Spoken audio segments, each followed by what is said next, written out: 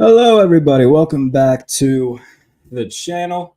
Black and Gold Breakdown here every Monday through Friday at 7:30, talking all things Steelers. Hope you guys had a good weekend. If I seem a little bit fidgety, maybe not even fidgety, maybe that's not even the right word. If I seem a little bit, a little bit squirmy, I ate Arby's not even an hour ago. I've got a cup of coffee here too. Not my smartest decision to mix those two things, but I hadn't eaten much. Had a craving for Arby's. Got Arby's. Um, Still didn't. I still felt a little bit tired. Knew I had to do this, so I have a cup of coffee here, as well as a couple bottles of water. And we're gonna see how this mixes. I tweeted shortly before this that mixing Arby's and coffee. So we're gonna see how this goes. But I promised you guys on Friday that today's show would be centered around receiving projections for receivers, tight ends, and things of that nature for the Steelers. Target distribution, things of that nature. So we'll get into that today. I actually did a written piece on it today at Behind the Steel Curtain. And so if you want to read more in depth on it, you can go to Behind the Steel Curtain and read that. So I'm going to pull this up real quick just to, give you a little bit of a background on what the Falcons looked like last year, what Arthur Smith did last year, and how that's going to translate over to what Pittsburgh will be doing this year. Because a lot of it is, there's going to be some variances, but some things, especially the run game, we're going to touch on that a little bit too, just because it, goes hand in hand with how the offense is going to run. But a lot more similarities in terms of usage that people would expect. As concepts, what's going on, man? Appreciate you tuning in as always.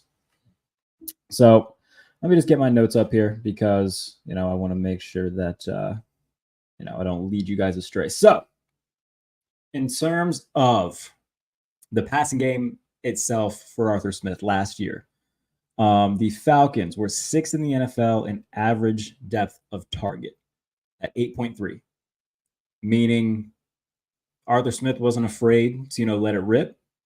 The Steelers very much were.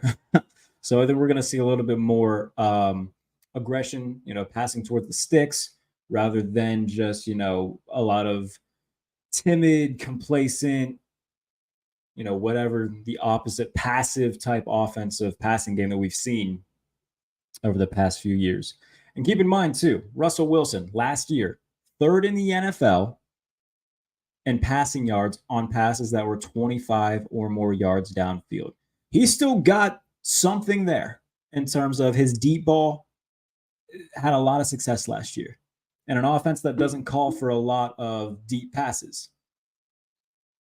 Sorry, Sean Payton. I mean, a Sean Payton offense isn't necessarily this isn't the Oilers run and shoot. It's very much, a 3-step drop, get it out quickly, methodical, West Coast style.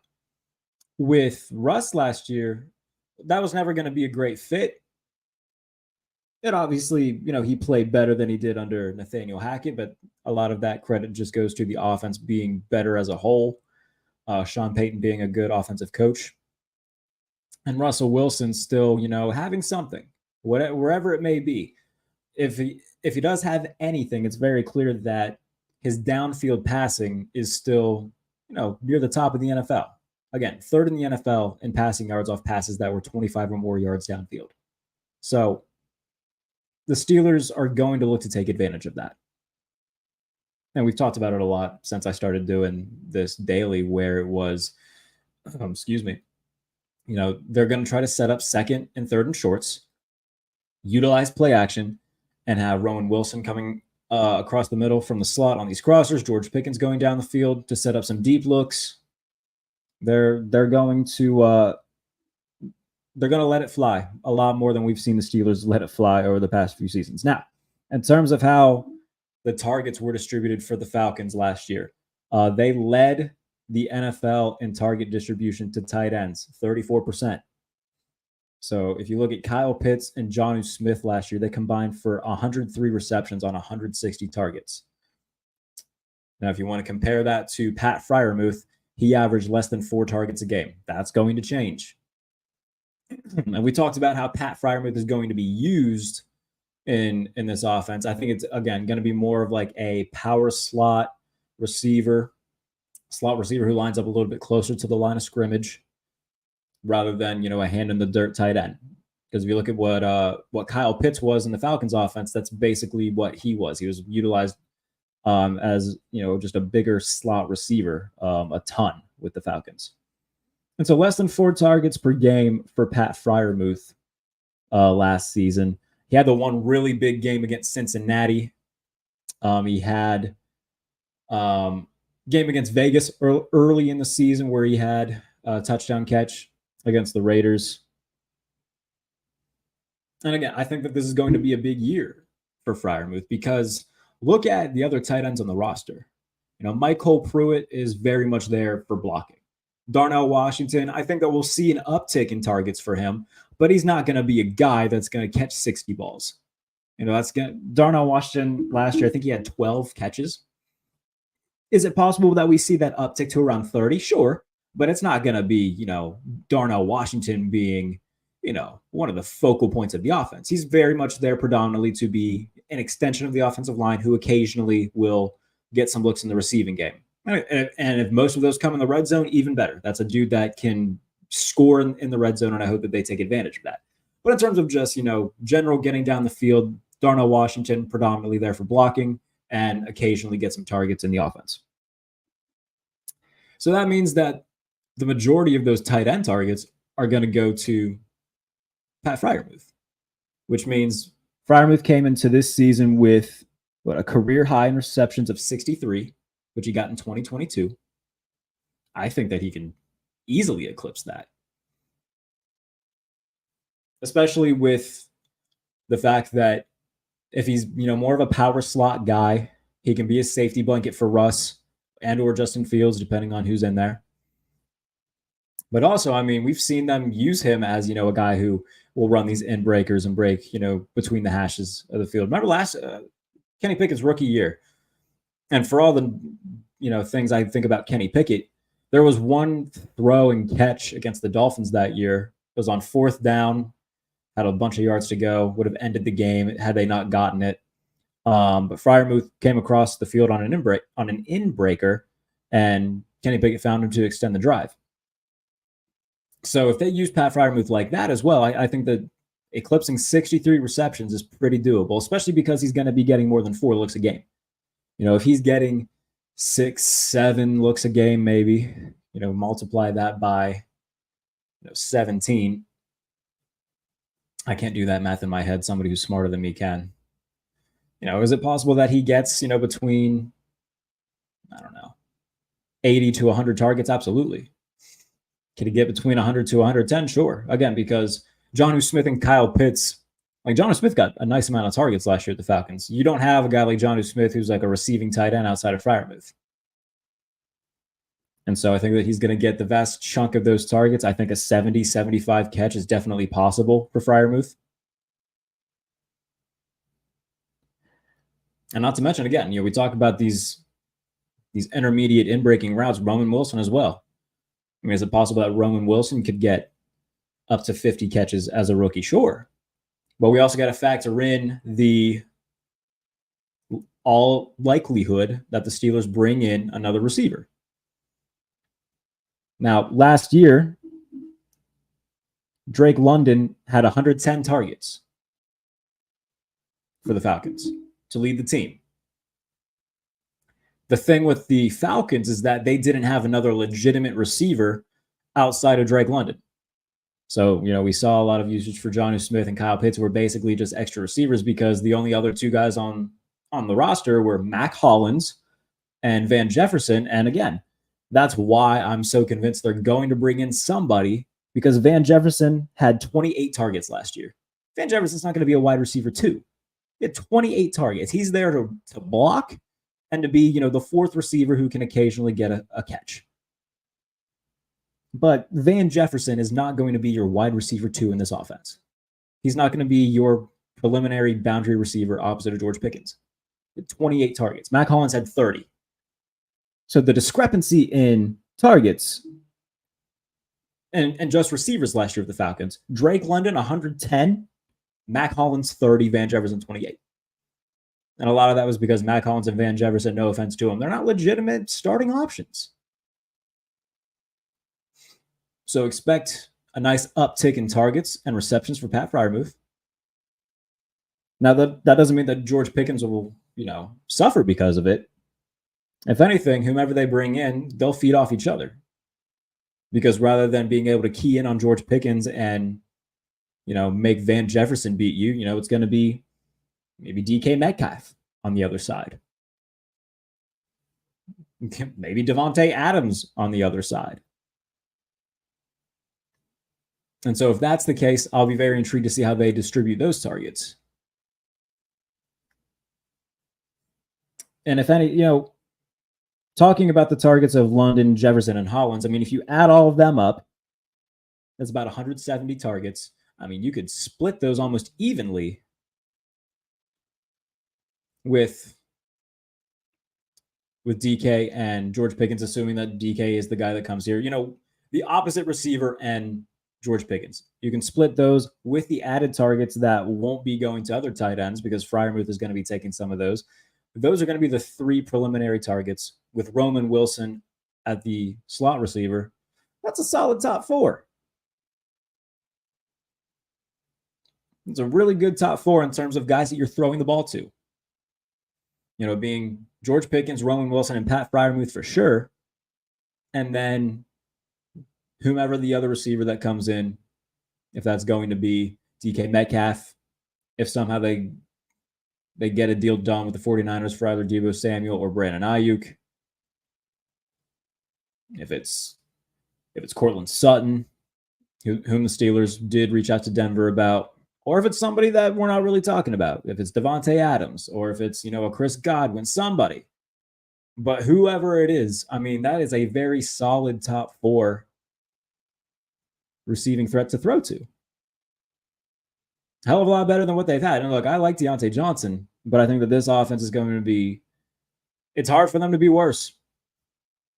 Hard for them to be worse than what they have been. And just for comparison, let me actually pull up the Steelers stuff from last year just to see what Deontay Johnson's numbers were just from a target perspective. If you give me a second to get that pulled up, because now I'm curious. So, but I know that George Pickens did lead them in catches last year. Deontay Johnson also dealt with an injury at the beginning of the year, so a little bit skewed, but we can even go by a per game basis in terms of targets.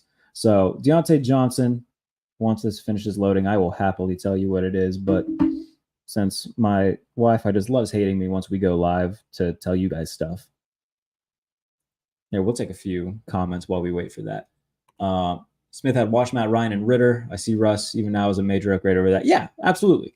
Desmond Ritter's not good. Russ isn't great, but it's an upgrade over what both the Falcons have had and what the Steelers had for sure. Absolutely.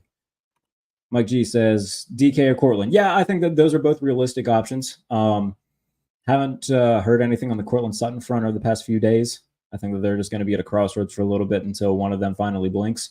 But DK feels real just because those rumors haven't been shot down. We're going to really find out around June 1st if how real they are. Ayuk to the bird. It would be nice, man. It would be. I think that, personally, I think that ship sailed. I don't think it's going to happen. I think the 49ers are just going to try to run it back. But, there's a greater than 0 chance. Sure, absolutely.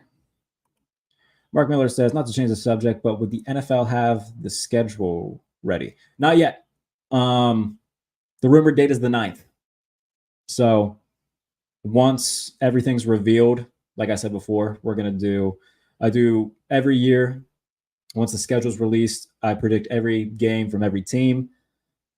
I do that twice. So I'll do it the day of the schedule release and then the week before the NFL season kicks off. So once I have my first iteration of it done, we'll have a show strictly about that, which would be a lot of fun because it's one of my favorite things to do of the year. So once it's out, we'll definitely have a show where we talk about it for sure. And again, this is just really grinding my gears here. So we'll keep getting to some comments. Released on Thursday and not announced before now. Yeah. I mean, it's been hinted at. They released a video today saying that it's coming, but they, for some reason, they haven't released a date. I don't think that they haven't released a date or anything like that. Do we have the money to extend or re-sign them? Yeah, they're expected to have north of $85 million in cap next year, so they'll have the money.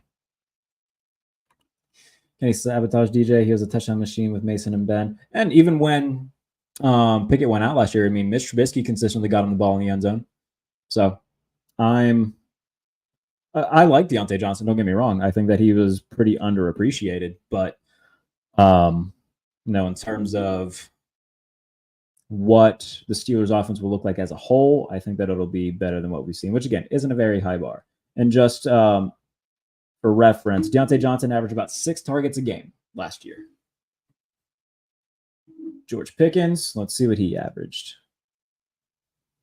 George Pickens, roughly the exact same. So each of them averaged about 6 targets a game. So let's say Pickens and whoever the other receiver will be are around 6 targets a game. You throw Freiermuth probably in that same vicinity, maybe a couple more. Roman Wilson. Because you got to assume, I mean, the Steelers are going to throw the ball between 25 and 30 times a game.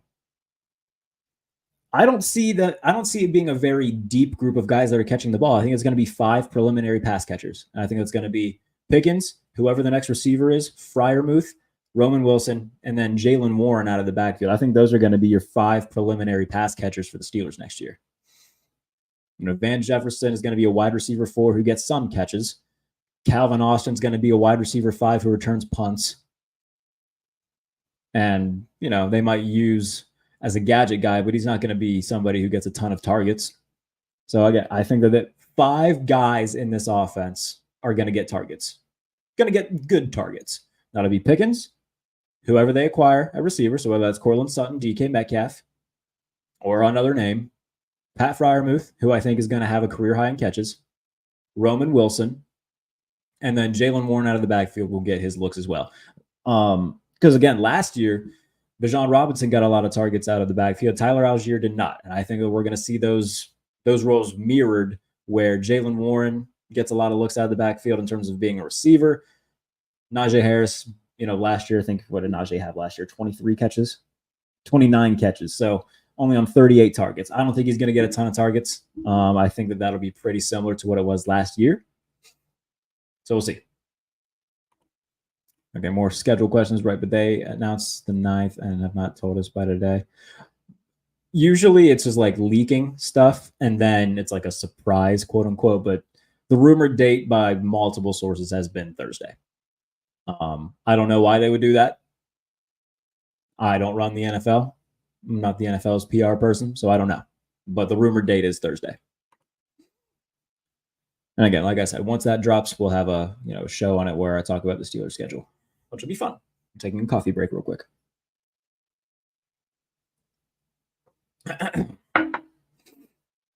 Okay, who in your opinion is the most improved team among the playoff contenders at this point of the offseason? That's a good question. Most improved amongst playoff contenders. Oh, geez, I don't know. I think the Bengals are being slept on just because they weren't in the playoffs last year. Everybody, kind of is talking more about the Texans, who, by the way, is warranted. They're good. But I think that the Bengals are a team that, while they've, anytime that they've been talking, that we've talked about the Bengals, it's about, T. Higgins once traded or Trey Hendrickson once traded. They brought in Geno Stone from Baltimore. They still have nice pieces on defense. I still like them a lot. Like I said before, they're my way too early pick to represent the AFC in the Super Bowl. So I think that the Bengals are a team that's a little bit slept on right now. But in terms of like contenders, I mean, well, every year since 1990, there's been at least 4 new playoff teams every year. I don't think that's going to change. There's always, a good amount of parity in the NFL when it comes to who's in the playoffs and from one year to the next. And so that means 4 other teams, at least, will be gone. Who those 4 teams will be that are out, I think that'll be more interesting to pay attention to, because especially in the AFC. AFC is just so deep. And you've got the Jets, who've got that's probably a good answer is the Jets because they're getting Aaron Rodgers back. They've added a lot of pieces to that team. I think right now, if I'm looking at the Jets, I'm saying they're a playoff team. And look, that's going to be a stacked division where I'm not counting out Buffalo because they've got the second best quarterback in football. And their defense is also really good. So Buffalo, I think, is still winning that division. I think the Jets come in second and have a playoff spot. Is Miami going to miss out on the playoffs? I don't think that's out of the question. I don't care how fast the receivers are. It felt like last year teams were starting to figure out the Dolphins. They didn't beat anybody of note last year. Their biggest win was against Dallas, and then Dallas crapped the bed wild card weekend. So even that win was like, eh. So I think that Miami is a team that you can watch in terms of being a team that doesn't make the playoffs this year that did last year. And that's, the Jets could slide right in. So again, 4 teams every year have 4 new teams since 1990 every year have made the playoffs, which means at least 4 got to come out. So that'll be, I always love that stuff because, parity in the NFL is alive and well and has been for a long time in terms of playoff teams. I think the Chiefs, Steelers, and Lions. Yeah, I mean, the Steelers are an obvious answer. The Lions did get a lot better. Their draft, they knocked it out of the park. They had a DJ Reader on the defensive interior who, when healthy, is one of the best run stoppers in the NFL, coming off the quad injury. But I think that them signing DJ Reader made a lot of sense for their defense. I like what the Lions are doing a lot. Kansas City, I mean, the Chiefs are always going to be in it as long as 15's there. We'll see with Xavier Worthy. He's very fast. We'll see how much his play translates to the NFL level. We'll see. Buffalo's overrated. They lost so many starters this offseason. The losses of Buffalo have been very much overstated because the guys that they lost a 33-year-old safety, a 32-year-old center who they had an in-house replacement for. Gabe Davis, who had 1 or fewer catches in 5 games last year. Traded away Stephon Diggs. I mean, that's fair. But even then, after week 6, Stephon Diggs didn't have a 100-yard game. Who else did they lose? Oh, Tre'Davious White, who has only played in 14 of the team's last 34 games. Their losses were much bigger in name than in practice. They're going to be fine. Still have Matt Milano. Still have Terrell Bernard. Ed Oliver had a really nice year last year. They brought back AJ Epinesa, who not a lot of people expected that they would be able to retain. He had a really nice year last year. Daquan Jones will be healthy. Roswell Douglas was really good for them last year after they traded for him. Christian Benford was really nice for them as the number 2 guy. They're going to be fine. They're going to be fine. Still think they're going to win the division. Still think they're going to be in the Super Bowl bubble. I think Buffalo's fine. Just my personal opinion.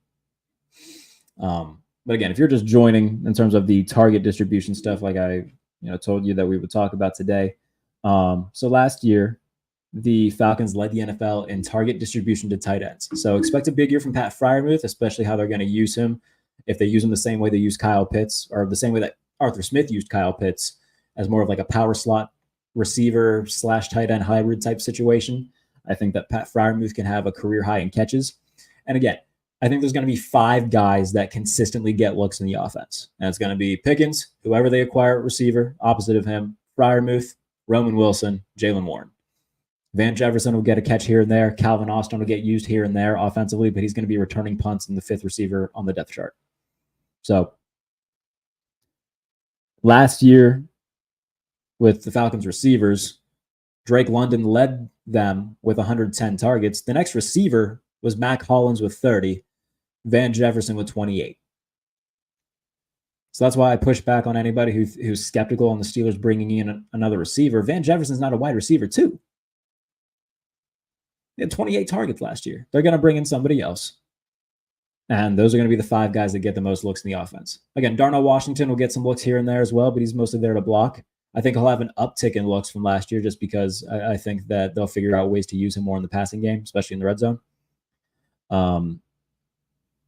So I'm excited to see what it looks like. And again, I think those 5 guys, I mean, that's a solid 5 to have for targets. So I think it'll be good. Should have Connor Hayward too. Hopefully Washington and Muth mainly. I don't want to sound. I don't care about Connor Hayward, man. Again, if his last name was Smith, he wouldn't be on the roster. No offense to Connor Hayward, dude. I get it, but I don't want to see Connor Hayward as a focal point of this offense. If he wants to be on the practice squad, if he wants to be a special teams guy, utilize him as a special teams guy, have him as a fullback, whatever. I don't want to see Connor Hayward consistently getting targets. There's no need for it. How many targets did he have last year? Let's find out. Connor Hayward last year had, got to load back in. Connor Hayward had 34 targets. That's more than enough. I don't need to see any more than that. Not at all. Did Arthur Smith call plays in Atlanta? Yeah. Indeed, he did. So, again, I think 5 guys are going to be the ones who get the vast majority of the targets. Again, you'll have an occasional Van Jefferson, an occasional Calvin Austin, an occasional Darnell Washington, maybe an occasional Connor Hayward. But, those are going to be the 5 preliminary guys. And again, last year, Bijan Robinson got a lot of looks out of the backfield. Tyler Algier did not. I think we're going to see that basically mirrored with Jaylen Warren and Najee Harris, where Najee's more of just, the hard runner, and Jaylen Warren is the multi-tool guy where they use as both a runner and a passer. So I'm excited, especially when we find out who this receiver is going to be, because it will be somebody. Even if it doesn't end up being one of these big names, it's going to be somebody else that they bring in. But I do think that they're going big game hunting at receiver, and I would be shocked if it ends up being, a smaller name. Like if it ends up being Zay Jones, I would be pretty surprised. I hope it's not Zay Jones. I was pretty happy when it wasn't DJ Chark. I was very happy when it wasn't Odell Beckham, because none of those are changing anything. So I do think it'll be a bigger name.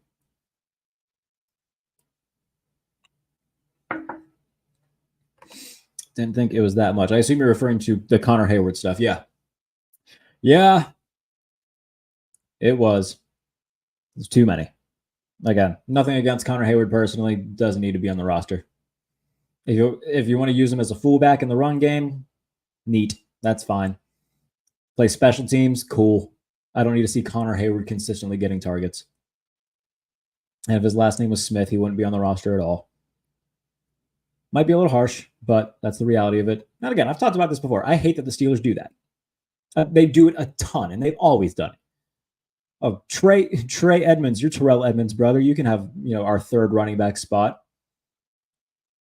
Derek Watt, you don't do anything of note, but we'll keep you on the roster because you're TJ Watt's brother. I hate when they do that. I think it's dumb. It annoys me. Like, have the players on the roster because they're worthy of a 53-man roster spot, not because they're brothers on the team. I don't like it. Never been a fan. Never been a fan. I think it's dumb. Now, if both of them can play, like with the stuff with like rumors about wanting to get JJ Watt at the time, sure, that's fine. JJ Watt, at least can still play. Right now, it would be a little bit weird because he hasn't played in a while, but like when he was still in the league and there was rumors like, hey, maybe they'll trade for JJ Watt. Okay, neat. It's going to be in the Hall of Fame one day. That's fine. But Derek Watt, who was at one point, I think, making $2 million a year to do nothing, that was annoying. I didn't like that. And cool, get your bag and everything, but I just don't like how it's always the Steelers who are like, yep, sure, we'll take your brother. You have a cousin? He can come in too. Joey Porter Jr.'s cousin, by the way, in minicamp. And again, whatever. He's not going to make the team or anything like that. It's more of just, a kind gesture to have him there. And, if, he ends up, looking for another team, they can call the Steelers and be like, yeah, he was a good body to have around. I recommend you sign him. That's basically what that is for. But yeah, I hate that stuff, man. I really do. Because the Steelers do it all the time, and I think it's dumb. There's my rant for the day. Had trash offense and QB play. How can you go by those targets? I mean, I'm going based off of 2 offenses that weren't very good last year and talking about Arthur Smith's offense because It's the offense that's going to be in Pittsburgh now in terms of how it's ran and the scheming and everything of that. How good or not the team was doesn't necessarily have anything to do with the scheming and everything. Again, this doesn't mean that it's going to be exactly copy paste. This is just projecting, just to give you a general idea. Not a big fan. Just liked the few clutch plays he made. I don't even know what you were talking about when it comes to clutch plays by Connor Hayward. He had one touchdown catch in Atlanta 2 years ago. All right, I'm going to stop talking about Connor Hayward because there's no reason to.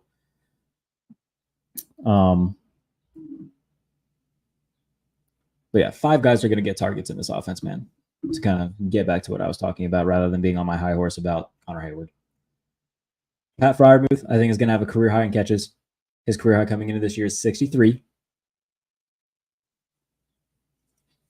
So I'm excited to see what Pat Freiermuth does. And they really need to utilize him almost like teams utilize Mike Gesicki because Pat Freiermuth can't really block. So I hope that he's basically just a stretch tight end.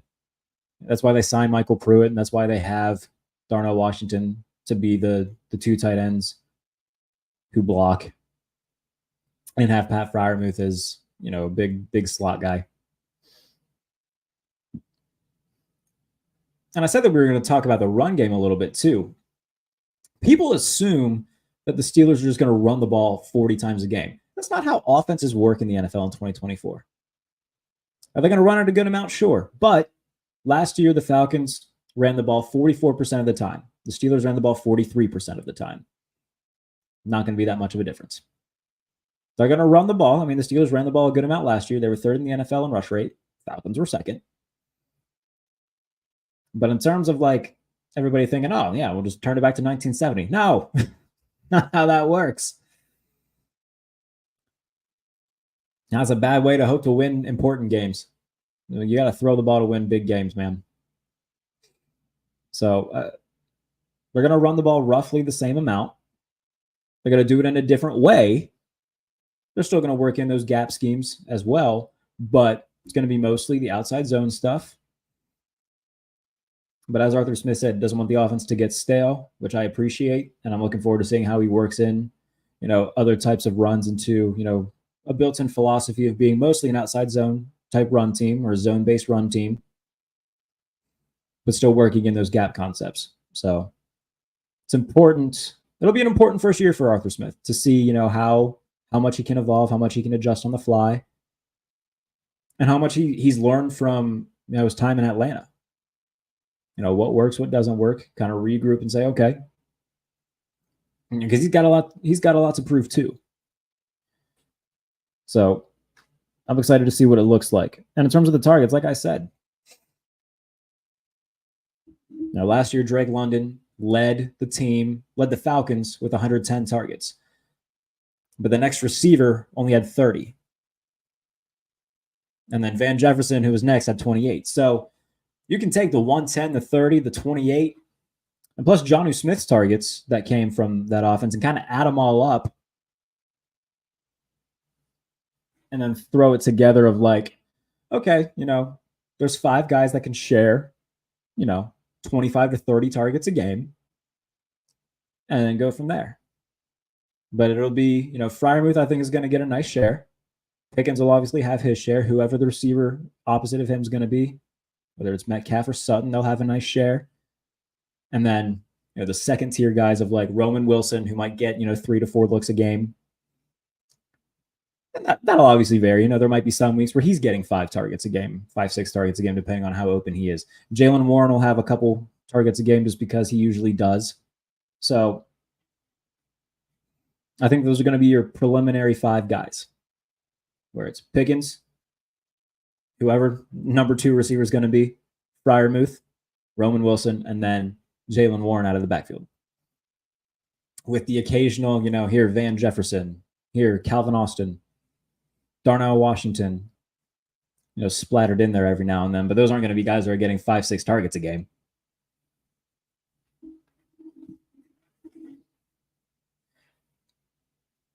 But I'm excited to see that, more of a spread. Because even last year, there wasn't much You knew where the ball was going if you're facing the Steelers. It was going to go to either Deontay Johnson, George Pickens, or Pat Freiermuth. Those were the three.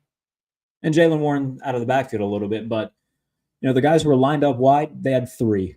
Allen Robinson was non-existent. Calvin Austin couldn't really find a footing. So it's going to be good to have, four solid guys out wide and then Jaylen Warren to be the fifth. I mean, that gives you a pretty good core of guys in this situation. Smith offenses throw the ball a ton. Tannehill had 33 touchdowns, 7 picks under Smith. Fans also act like injuries never happen when talking about our wide receiver room. God forbid GP gets hurt. Might trade for DK Metcalf. Yeah, I mean, that seems to be the name that people are really watching for. Moves to top 1,000 receivers. I don't know about that. I think that, Pickens, and if it ends up being DK, I would be more aware of them getting that than Pat Freiermuth. I think he'll have a nice year. I think we'll be between 65, 70 catches. I don't know if 1,000 yards will come from that, though. I normally enjoy the preseason, but this year will probably suck. I doubt we see much Russell or Fields. I disagree with that. I think we're going to see a healthy amount of both. You'll see a healthy amount of Russell Wilson. You'll see a healthy amount of Justin Fields. So, because again, last year was a priority for the Broncos to make sure that Russell got on the field during preseason just to get those reps. And he had a better year because of it, I think. Because 2022, it was bad. And I'm not saying that this is the reason why it's bad, but I'm sure it didn't help that he didn't play in the preseason. And we saw a lot of teams that year who started off slow, who didn't play their guys in the preseason because September basically ended up being their preseason. The Bengals did not play anybody in the preseason, and they started off 0-2. Broncos obviously didn't play anybody. Russell started off slow, never recovered. So there was multiple teams who didn't play their guys, and their guys started off slow. People were like, "Oh, what's wrong?" They didn't play. Haven't played in 9 months. So weeks 1, 2, and 3 turned into basically, okay, this is us figuring it out. That's the one thing preseason is important for is, okay, let's get some reps in so we're not stone cold going into week 1. DK would be a great wide receiver too, GP. If they get DK Metcalf, he's absolutely the receiver 1 over George Pickens. And again, I've said this a ton this offseason. George Pickens is very good at what the Steelers ask him to do. Pickens is good at what he's good at, which is running deep and catching short routes and taking them for yards after the catch. He's not a route technician. He's not a guy who's going to create natural separation, not a guy that top cornerbacks worry about sticking to. That's just not his game. I think he's a very good number 2. I don't think that he's a number 1.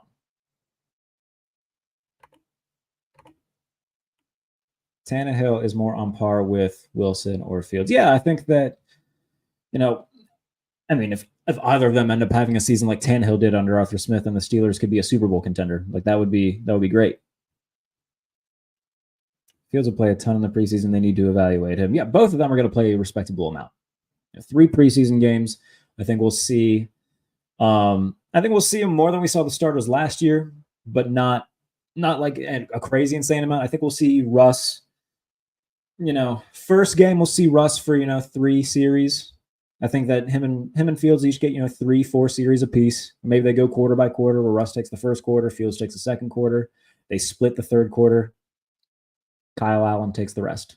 Or hell, even then, first quarter, second quarter, each of them get a little bit of a drive the third quarter, and then it's Kyle Allen and John Reese Plumlee the rest of the way.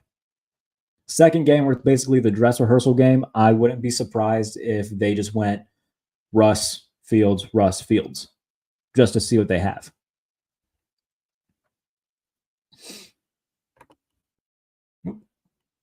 Click something there. I didn't mean to click.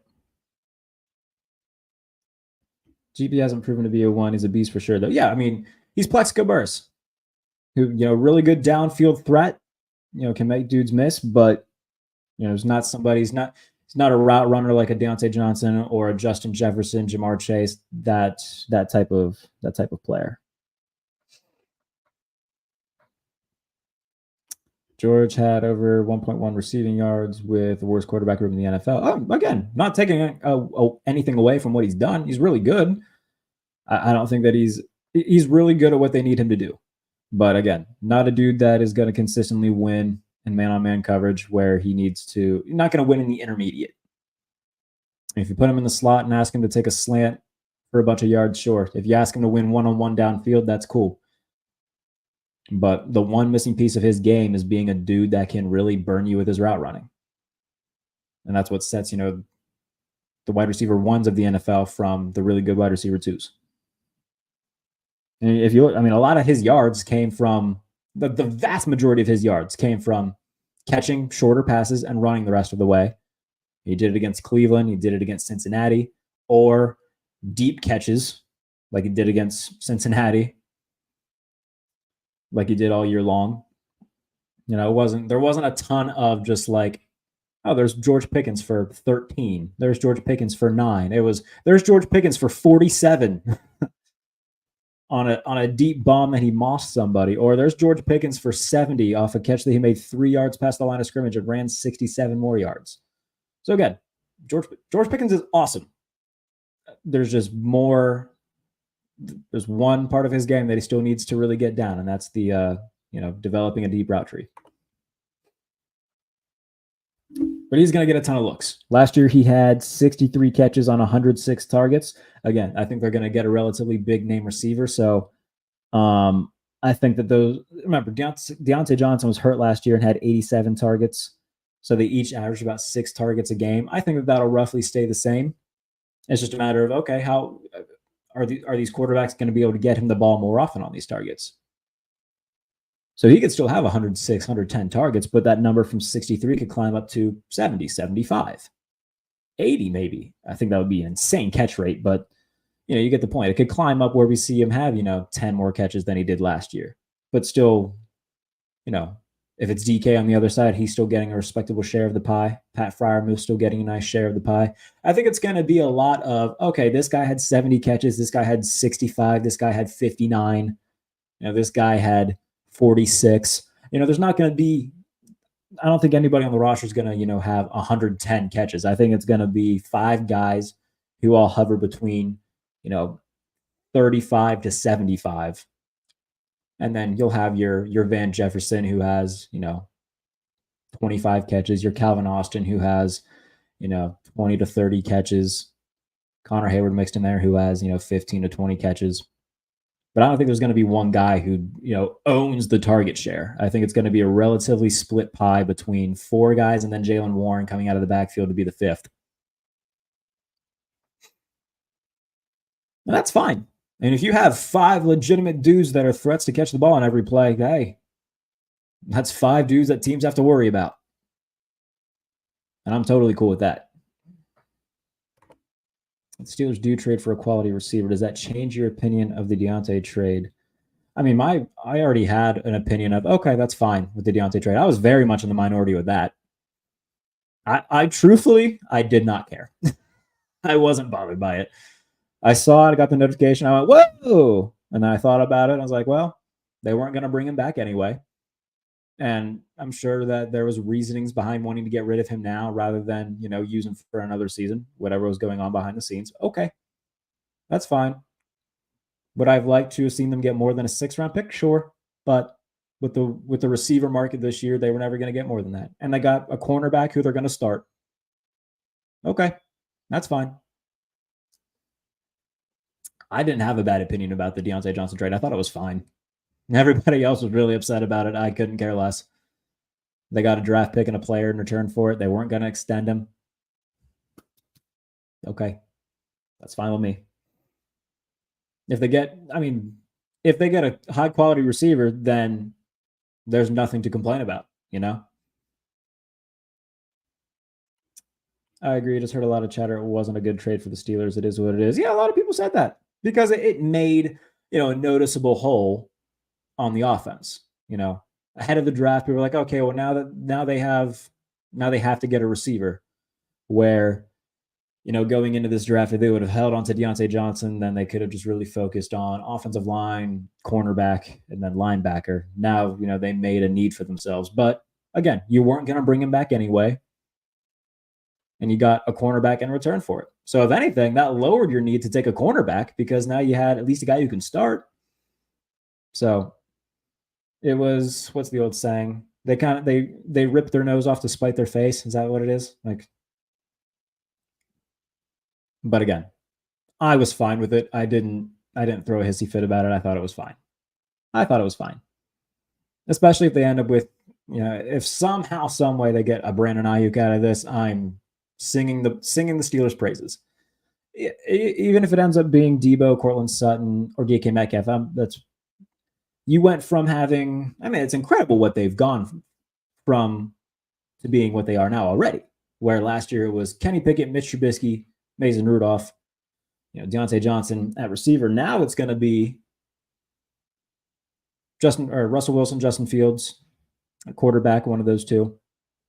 George Pickens, and potentially DK Metcalf, potentially Cortland Sutton, potentially Brandon Ayuk or Deebo Samuel. And plus, they used the pick that they got from the Eagles for Kenny Pickett to draft Peyton Wilson. So I'm as happy as can be. It's as fine as I've been with the Steelers in quite a while. So I can't complain. No complaints on my end. I must agree with you. Don't know. DK would be wide receiver 1. Yeah, he would be. DJ is severely underrated due to Pickett. Yeah, I think that DJ is underrated, and I think he's going to have a nice year with Bryce Young and Dave Canales in Carolina. He's going to absolutely be their top receiver. Plus, they also drafted Xavier Legette. So Carolina's going in an interesting direction. I think that bringing in a very good offensive-minded coach in Dave Canales is good for them, good for Bryce Young. So I wish him nothing but the best. I got nothing against Deontay Johnson. Sure, he made the boneheaded play against Cincinnati last year that we all killed him for, and rightfully so. It was a bad play. But no, I wish him nothing but the best. Got nothing negative to say about Deontay Johnson.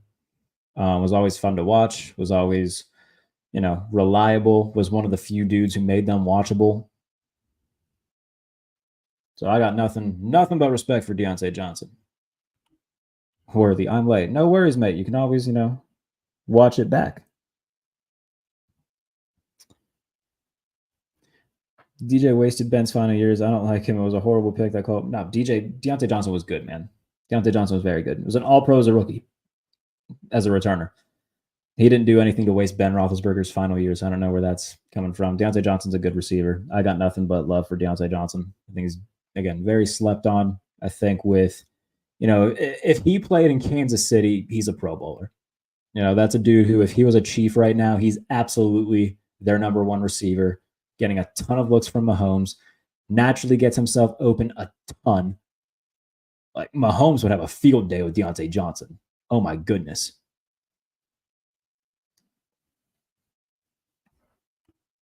I'm excited to see how the Bears progress this year. If the quarterback is good, they should contend with the Lions and the Packers. Yeah, I think that they could be like a sneaky wild card team. I think that the Packers are winning that division. The Lions will be a playoff team. But the Bears could be a team that sneaks into that 7th spot, with like 9 wins. I think that that's certainly possible. Again, depends on how good Caleb Williams is and the offense is. But I think with Shane Waldron coming over from Seattle, that's a good hire by Chicago. Their defense has some dudes on it that I really like. Obviously, Jalen Johnson's very good and got the bag this offseason. Montez Sweat's terrific on the defensive line. They got Tremaine Edmonds in the middle. So they got some dudes at each level that I'm really into. And I think that, they could be a sneaky team in the AF or the NFC in the playoff picture. I think that would be good. Excited to see what Caleb Williams does, especially with that offense. I mean, you got DJ Moore, you got Keenan Allen, you draft Rome Odunze. They brought over DeAndre Swift. I don't think he's going to be nearly as good as he was in Philadelphia, but, an upgrade over what they had. Yeah, at minimum, this is a good building block year.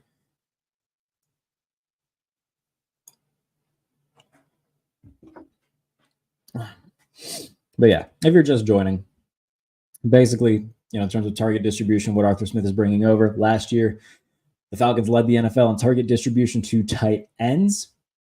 So expect an uptick in targets for Pat Freiermuth, especially because both Jonnu Smith and Kyle Pitts got a lot of targets last year. The Steelers don't have another guy at tight end who's going to get a ton of targets. So I expect Pat Freiermuth to have, a 65, 70 catch year. And I also expect there to be 5 guys that will get the vast majority of these targets. And it's going to be Pickens, whoever the other receiver is that they trade for, Freiermuth, Roman Wilson, and then Jaylen Warren out of the backfield. Those are going to be your 5 preliminary pass catches for the Steelers next year.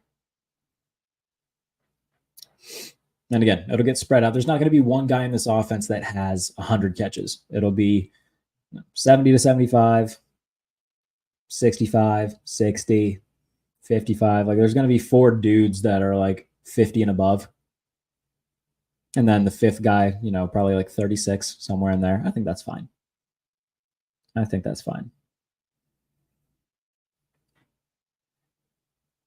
Who would be better, Pickens or DK? Well, again, they're gonna have both of them,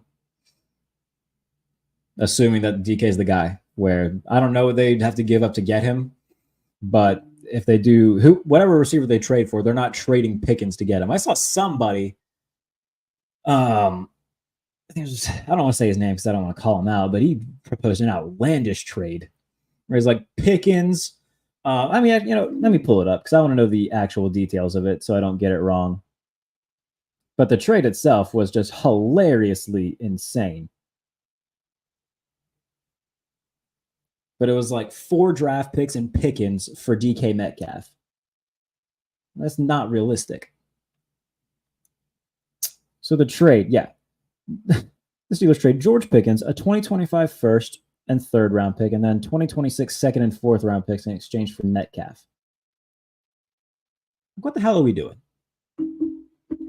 Stephon Diggs went for a 2nd round pick. Deontay got traded for a 6th and a player. Jerry Jeudy went for a pair of day 3 picks. DK Metcalf, you can make the argument that he's better than all of them. I don't know where you'd put him with Stephon Diggs right now. He's probably more dominant than Stephon Diggs. He's not going for 4 goddamn draft picks. If and when they trade for him, I think the most that they'll trade is a 2nd. The most they'll trade in terms of like the highest value. That'll be the peak of the deal. Would be a 2nd round pick and change. Not going to be 4 draft picks, including a 1st and Pickens to get DK. Not going to happen. So that I was flabbergasted by that, man. That was so absurd. Crazy.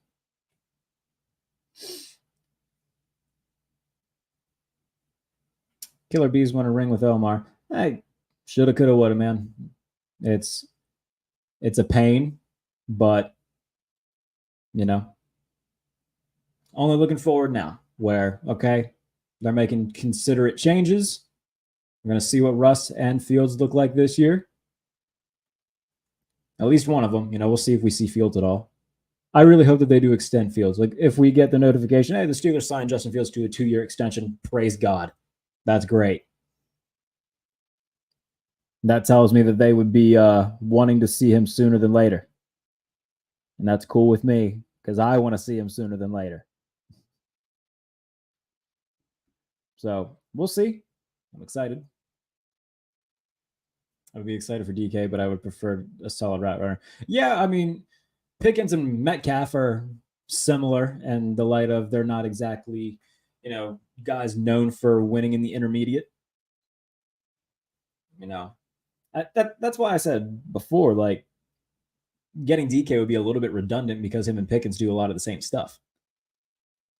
Like, I would like to get a solid route technician to put on the outside. But again, I think the 49ers are going to run it back with what they've got one more time. By the way, wouldn't be surprised if we see the 49ers make some sort of big move as like, God damn it, this is our last chance with McCaffrey, Debo, Ayuk, the whole gang together. Not to put this into the ether, but I'll say it for fun. Wouldn't it be hilarious if like the Raiders are just horrible before the trade deadline, like 2-6, and the 49ers like, we will give you everything you've ever wanted for Max Crosby. We'll give you our 1st round pick for the next year, for the next 10 years. Give us Max Crosby to put opposite of Nick Bosa. We're winning a Super Bowl this year, whether everyone likes it or not. That would be funny to me, especially if they still lose. That would make me just Just how. Too funny. Too funny. I think it would be funny. Somebody, what were we on? I was on a podcast that I do every week with Chase Thomas, JP Acosta, and Evan Swords. And JP said that the NFL should implement like a soccer style trade deadline where like you can basically rent players from other teams that aren't in the playoffs for the playoffs.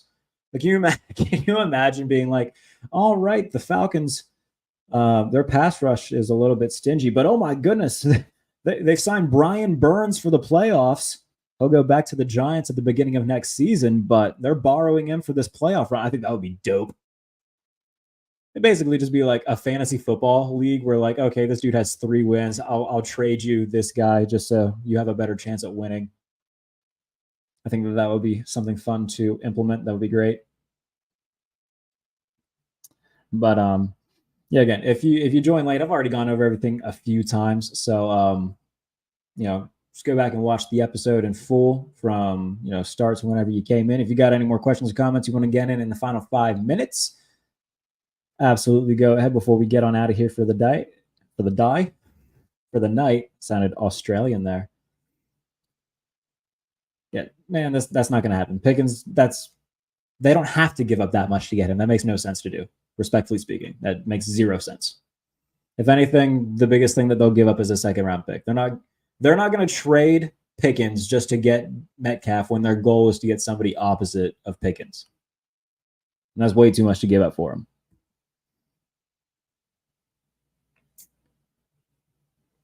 But again, final couple minutes here. Get in your questions, comments, anything like that before we get out of here for the day. Tomorrow night, we'll see if I do both because I'm doing the pump fake tomorrow night at 9, and it's Trivia Bowl 14. If you haven't watched Trivia Bowl before, it's not even trivia. It's just funny. I make a game for a bunch of my media friends to play and see who wins. This is the 14th iteration of it. It'll be on my channel tomorrow at 9. It'll be very fun.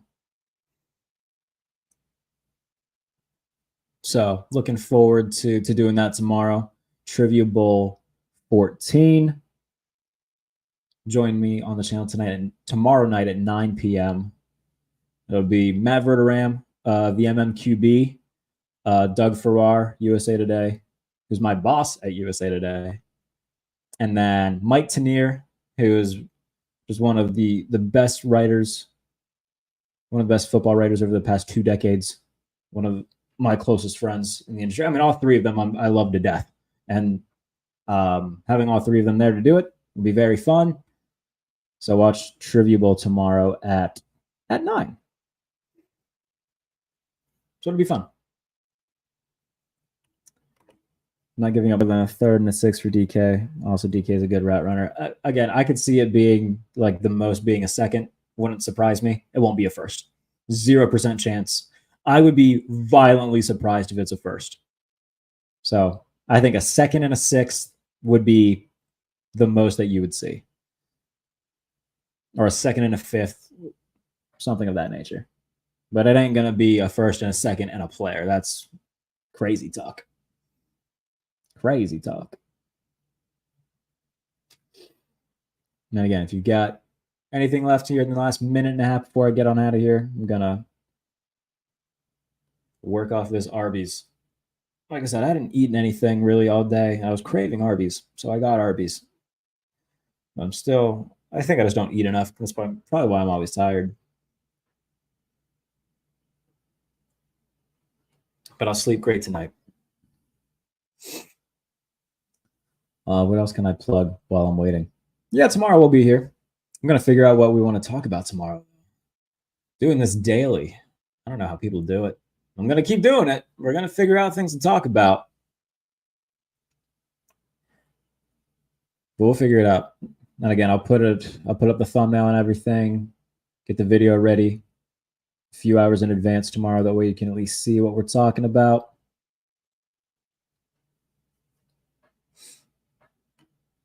Cowboys draft Luther next year or McMillan. I don't know who either of those guys are. And there's no guarantee that you're going to be able to draft any of them. And there's no guarantee that any of them end up being good. So again, they're not trading Pickens.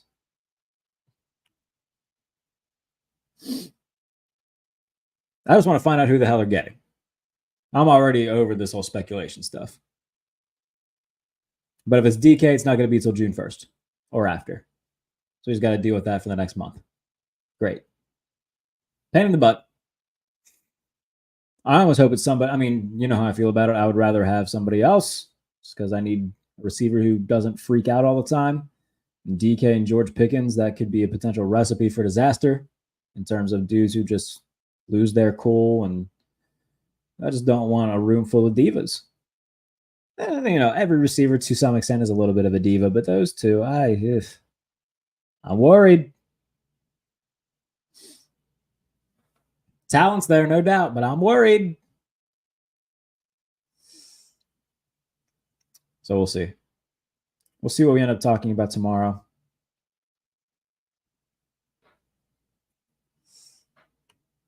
I guess Austin goes on the long Colbert disappointment list. Yeah, I mean, look, I like Calvin Austin. Very nice. He's not going to be a focal point of the offense. He's going to return punts, get the occasional gadget touch or catch, but I mean, I don't think he's going to have more than 30, 35 catches this season. Just personally. Again, that's why I'm saying, like, look, if you can trade Calvin Austin, get something for him, maybe it's something you consider doing. But the fit with the offense, I mean, it makes sense to have a guy there who can, you know, if something were to happen to Roman Wilson or Van Jefferson, you know, you at least have a guy there. But again, Calvin Austin not going to be – Van Jefferson's there to run block. Calvin Austin isn't exactly, you know, a run blocking specimen. So Calvin Austin has a very small role on this team. It'll be a role. And again, he'll return punts. He'll get the occasional offensive touch. But, I mean, he's not going to be getting 5, 6, 7 targets a game. No. What did he have last year? Let's see what Calvin Austin's numbers were last year. Calvin Austin last year had 30 targets total, 17 catches. He had 180 receiving yards, and 72 of it came on one catch. So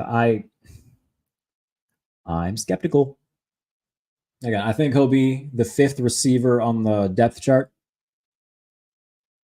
And I think that they're only going to keep 5 this year, similar to what they did in 2020 when they had Ebron. And again, I don't think that Quez Watkins is making the team because there's just not a spot for him. I don't think Quez Watkins is very good. But Calvin Austin will make the team, be the 5th receiver. We're going, hey, all right, before we go, are we going over under 17 catches for Calvin Austin in 2024? That's what he had last year. 2024, 17 catches over under Calvin Austin. That'll be something good. That could be fun. You can go over under. I might look up some odds for like player props going into the season for the Steelers. We can play a game of over under tomorrow. That would be kind of fun. Plays off of what we're doing. Yeah, I'll find George Pickens over under total if they're out yet. They might be. I don't know when sports books release like player props and stuff of that nature. I'm sure I can find some though. But yeah, that'll be good. I think that'd be fun to play. Again, depending on how much I can find, we can make a show out of that. But felt a burp coming. There it is. Nice little hiccup burp. Again, every show. Doesn't matter if I just ate or haven't eaten all day. I will do that throughout. It's so annoying. So unprofessional. But again, if you join late, absolutely just go back and watch the show from the beginning. I'll be back tomorrow at 7:30. Keep an eye out on the channel. Steelers Freak asked a question. Your Harris contract take. It's not a big deal. It's replaceable. I like Najee Harris, but 64 yards a game is replaceable. You know, his career high in yards per attempt came last year at 4.1 yards per attempt. That's, again, it's replaceable. Sky's not falling. Worst case scenario, Jaylen Warren's going to be RB1 next year. They have to find an RB2. I think that they'll be fine. There's a world where they still keep both of them. Again, they can just sign Najee Harris to an extension, or they re-sign him in free agency. But if he walks, he walks. But it'll be okay.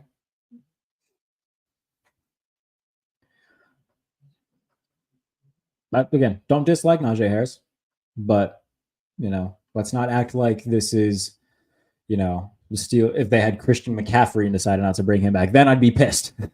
But again, he's fine, but it's nothing that his production isn't anything that can't be replaced. I'm intrigued to see what he'll do in the offense this year, but this is a guy who has a ton of tread on his tires already throughout his career. Got a ton of touches from Alabama and so far in the league. So this is a business move, and it showed that the Steelers long term believe that Jaylen Warren can be more of what they want offensively as the starter, and they weren't going to pay 2 running backs. So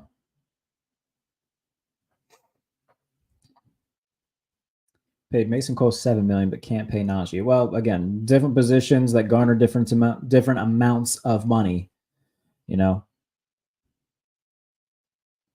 Like Mitch Trubisky, he's a quarterback. He's a backup. Didn't really play a ton, but he's still going to make $10 million a year because he's a quarterback. Doesn't mean that he's better than Najee Harris, but it's what the position calls for in terms of payment. Offensive line is always going to make more than running backs. So, and plus, Najee was on a rookie deal. That money was always going to be. Now his 5th-year option was like what 6 point something. But even then, just the world we live in now with running backs, where teams aren't going to worry about paying you because they're a dime a dozen. Outside of the upper echelon guys, where you're not just going to find another Christian McCaffrey on the shelf. But middle of the pack running backs, you can draft one of those every year.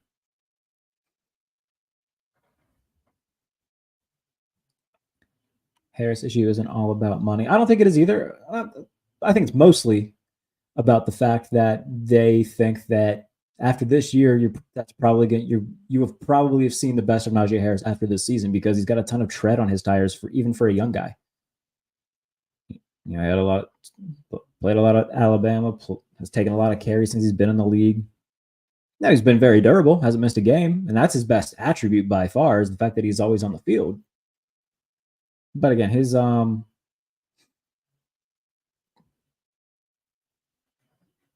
production can be replaced. DK Metcalf is a great route runner. Do you agree? I think he's fine. I don't think he's great.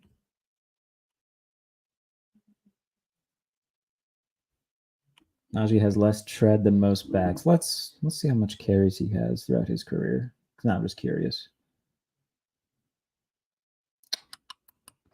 Let's see. Through 3 years, he's already got 834 carries. That's plus all of the carries at Bama. How old is he? I think he's going to be 26 this year. He's already 26. Okay. So by the start of next season, he's going to be 27. And that's usually when the shelf life for running backs about expires. So look, this is a business move by Pittsburgh. And I get it. And look, sometimes things aren't going to be popular. There's going to be dudes who fans like, and some of them want to keep around. But especially at the running back position, you want to get out when the going's still good rather than hang on too long.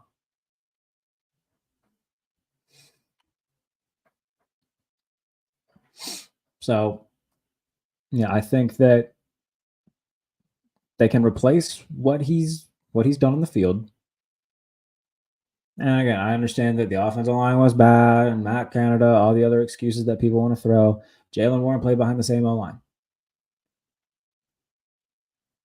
Now I know everybody's going to throw every excuse possible at me about Najee Harris. I'm not saying that Najee Harris is bad.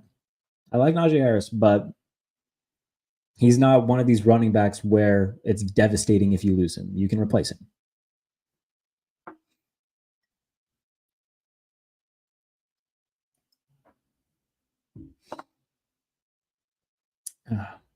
Hope it continues, Jared. So I appreciate that. I don't know what this even means. Your chat's getting low. Does that just mean that a lot of people are here? Again, I'm new to this YouTube stuff.